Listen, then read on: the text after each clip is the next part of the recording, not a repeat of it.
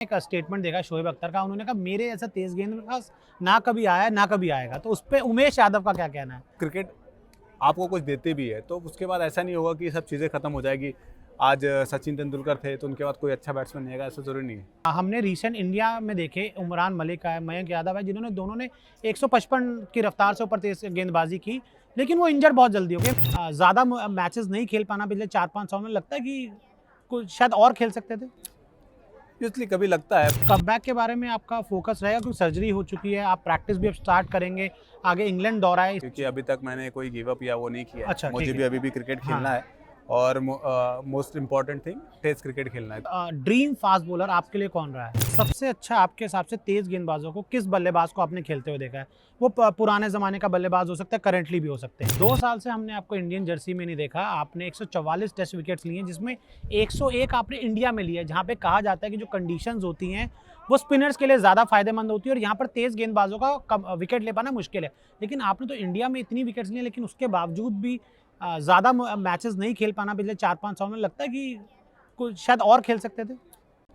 इसलिए कभी लगता है बट कभी कभी कहते हैं कि ये आपके जो कॉल होते हैं, जो खिलाने कौन प्लेयर बॉलर खेलेगा कौन नहीं खेलेगा, कभी कभी विकेट देख के भी और सिचुएशन देख के भी चेंज होते हैं और वो फिर बाद में वो चीज़ों के साथ आपको चलना होता है क्योंकि आप एज अ टीम खेल रहे हो, एज अ इंडिविजुअली खेल रहे हो। तो कभी कभी वो चीज़ें सोच के समझ के और ध्यान में रख के करनी पड़ती है। तो कई बार ऐसा हुआ, इसलिए मैं इंडिया ने एशिया के अंदर ज़्यादा क्रिकेट खेला हूँ, बाहर नहीं खेला। बट वो सिचुएशन देख के और वो होता है ना कि अब बॉलर देख के, कभी इन स्विंगर आउट स्विंगर बॉलर देख के, लेफ्ट हैंडर राइट हैंडर, इस तरह से सिचुएशन बनती है कि उसके हिसाब से आपको चलना पड़ता है।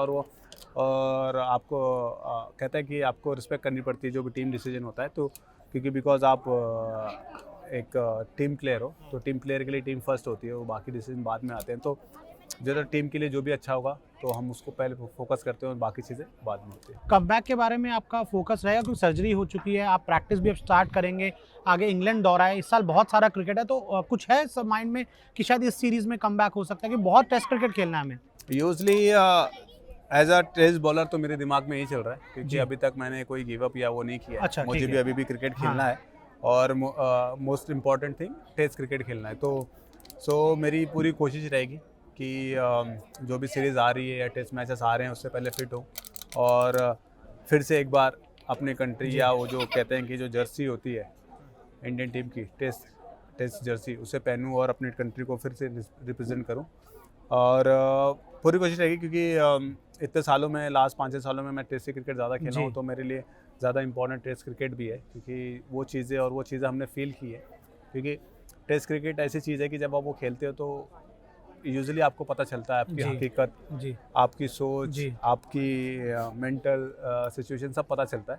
तो आपको इसको कैसे हैंडल करते हो। तो मुझे लगता है कि test cricket is that thing कि आप उसे खेलने के बाद आपको पता चलता है कि आपको आपके बारे में ज़्यादा जानने को मिलता है, आपकी बॉलिंग के बारे में आपको ज़्यादा सीखने के लिए मिलता है और टफ भी है। तो आप उस टफ को कैसे आसान बनाते हो आपके लिए, वो भी आपको सीखने मिलता है। तो मुझे इसलिए मेरे लिए टेस्ट ज़्यादा इंपॉर्टेंट है। अच्छा, एक बात बताइए, आप एक तेज गेंदबाज हैं, आपके हिसाब से जो एक सबसे ड्रीम फास्ट बॉलर आपके लिए कौन रहा है? ड्रीम फास्ट बॉलर ऐसे देखें तो कई फास्ट बॉलर्स हैं। अगर हम इंडियन फास्ट बॉलर में देखें तो मेरे लिए जैसे ज़हीर खान, जवागल श्रीनाथ और उसके पहले कपिल देव, काफ़ी ऐसे फास्ट बॉलर रहे हैं जिन्होंने कंट्री के लिए अच्छा किया। और वैसे ही में बात करेंगे आप फॉरेनर फास्ट बॉलर की तो डेल स्टेन, मैकग्राथ और रबाड़ा जो काफ़ी अच्छा कर रहे हैं अभी टेस्ट क्रिकेट में। और ऐसे कई सारे फास्ट बॉलर, जैसन गिलेस्पी हो गए, आप श्रीलंका से ले लिए, वेस्ट इंडीज़ फास्ट बॉलर रहे हैं। इन्होंने इतना अच्छा किया है तो कभी कभी आपको उनको देख के लगता है कि यार टेस्ट क्रिकेट में इतना मजा आता है, ये लेजेंड कैसे बने, टेस्ट क्रिकेट खेल के बने, इतने सारे विकेट लेके बने। तो कभी वो चीज़ें आपको इंस्पायर करती है। तो मुझे लगता है कि जो सारी चीज़ें एज अ फास्ट बॉलर जो टेस्ट बॉलर रहे हैं मैंने, वो मुझे इंस्पायर करती है कि। और सबसे अच्छा आपके हिसाब से तेज गेंदबाजों को, किस बल्लेबाज को आपने खेलते हुए देखा है? वो पुराने ज़माने का बल्लेबाज हो सकता है, करंटली भी हो सकते हैं। यूजुअली देखा जाए तो पुराने ज़माने में पुल कट शॉट बहुत लिमिटेड ही प्लेयर मारते थे। उस टाइम पे कहते थे सचिन पाजी और वीवीएस लक्ष्मण, राहुल, कई सारे प्लेयर थे। हर किसी का स्टाइल अलग है। आज के ज़माने में तो सबको पता है कि कट एंड पुल तो आना ही चाहिए आपको। वो तो 100% कंपलसरी है, क्योंकि आपको पता है कि शॉर्ट बॉल और कट बॉल आनी है, क्योंकि उस पर ज़्यादा फोकस होता है। आजकल लोग, आपके पास फास्ट बॉलर इतने सारे हैं, वो हमेशा आपको चेक करते रहेंगे बाउंसर्स पे।